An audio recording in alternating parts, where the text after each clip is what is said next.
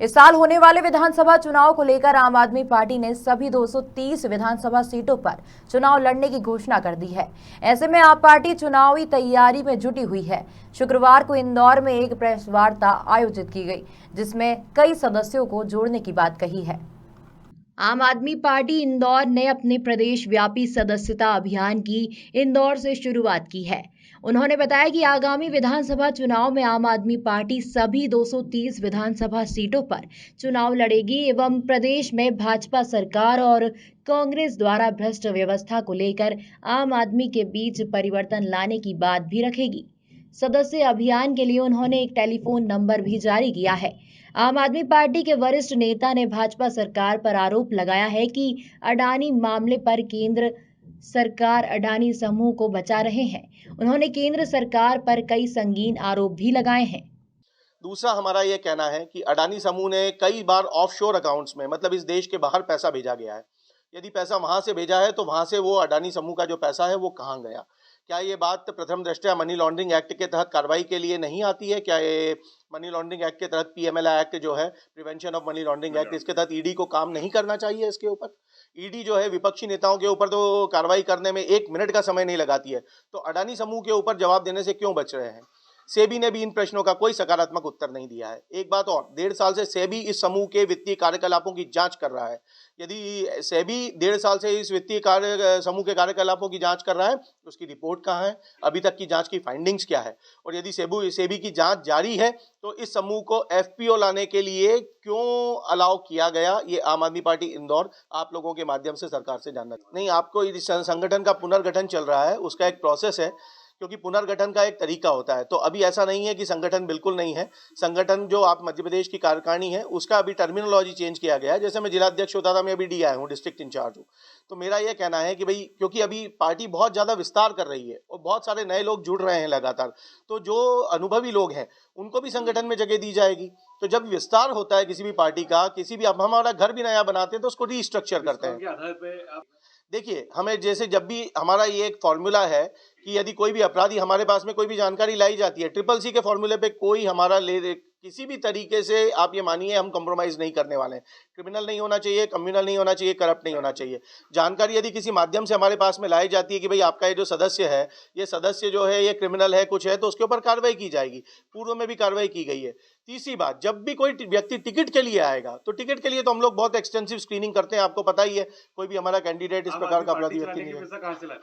आम आदमी पार्टी चुनावी फंड जो हमारा, आम आदमी पार्टी इकलौती पार्टी है जिसने जब लोकसभा चुनाव लड़ा था तो चुनाव आयोग को सबसे पहले हमारा चुनावी खर्चे का ब्यौरा प्रस्तुत किया था। आम आदमी पार्टी चलाने का पैसे का जरिया क्या है? पैसा कहां से आता है? पब्लिक फंडिंग से आता है, सारा का सारा पब्लिक फंडिंग से आता है, जनता से आता है। हम लोग कंट्रीब्यूट करते हैं। आम आदमी पार्टी का जैसे जो हमारा जो ऑफिस चल रहा है उसका हम लोग कंट्रीब्यूट करते हैं, हमारी तनख्वाह के पैसे से कंट्रीब्यूट करते हैं, हमारे व्यापार के पैसे से कंट्रीब्यूट करते हैं। किसी उद्योगपति के पैसे से हम लोग कंट्रीब्यूट नहीं करते, नहीं चलाते हैं। इसलिए इतने कटु प्रश्न पूछ सकते हैं जो राहुल गांधी जी भी नहीं पूछ पाए संसद में। क्राउड फंडिंग होती है ना सर।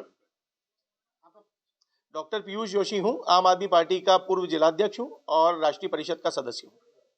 आम आदमी पार्टी मध्य प्रदेश में पूरी 230 सीटों पर बहुत प्रबलता के साथ में, दृढ़ता के साथ में चुनाव लड़ने वाली है। उसको लेके हमारे जो राष्ट्रीय संगठन महामंत्री और राज्यसभा सांसद डॉक्टर संदीप पाठक हैं, उन्होंने एक मिस कॉल नंबर जारी किया है। वो मिस कॉल नंबर है 74711150।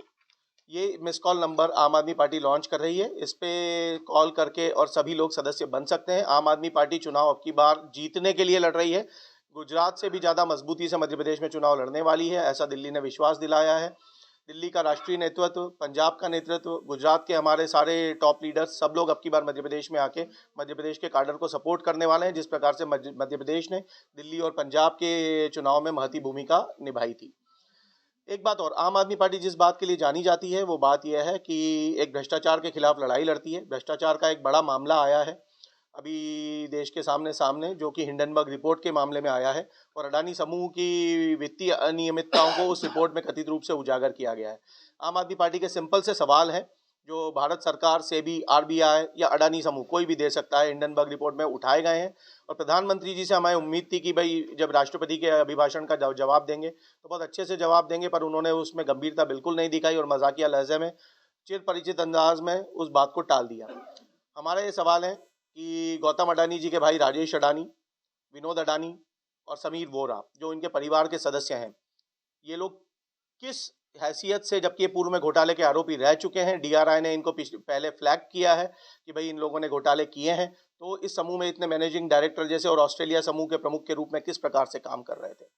दूसरा हमारा सवाल है, एक चाइनीज व्यक्ति हैं चुंग चैंग लिंग, इनका इस अडानी समूह से क्या संबंध है और ये अडानी समूह के लिए इतने ट्रांजैक्शंस किस प्रकार से करते हैं और ये इनका मीडिया से भी क्या संबंध है, ये भी जरा वो बताएं। दूसरा हमारा ये कहना है कि अडानी समूह ने कई बार ऑफशोर अकाउंट्स में, मतलब इस देश के बाहर पैसा भेजा गया है। यदि पैसा वहां से भेजा है तो वहां से वो अडानी समूह का जो पैसा है वो कहाँ गया।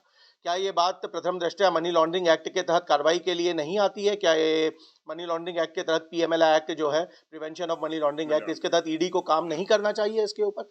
ईडी जो है विपक्षी नेताओं के ऊपर तो कार्रवाई करने में 1 मिनट का समय नहीं लगाती है, तो अडानी समूह के ऊपर जवाब देने से क्यों बच रहे हैं? सेबी ने भी इन प्रश्नों का कोई सकारात्मक उत्तर नहीं दिया है। एक बात और, 1.5 साल से सेबी इस समूह के वित्तीय कार्यकलापों की जांच कर रहा है। यदि सेबी 1.5 साल से इस वित्तीय समूह के कार्यकलापों की जांच कर रहा है तो उसकी रिपोर्ट कहाँ है, अभी तक की जांच की फाइंडिंग्स क्या है? और यदि सेबी की जांच जारी है तो इस समूह को एफपीओ लाने के लिए क्यों। इंदौर से नीरज बौरासी की रिपोर्ट।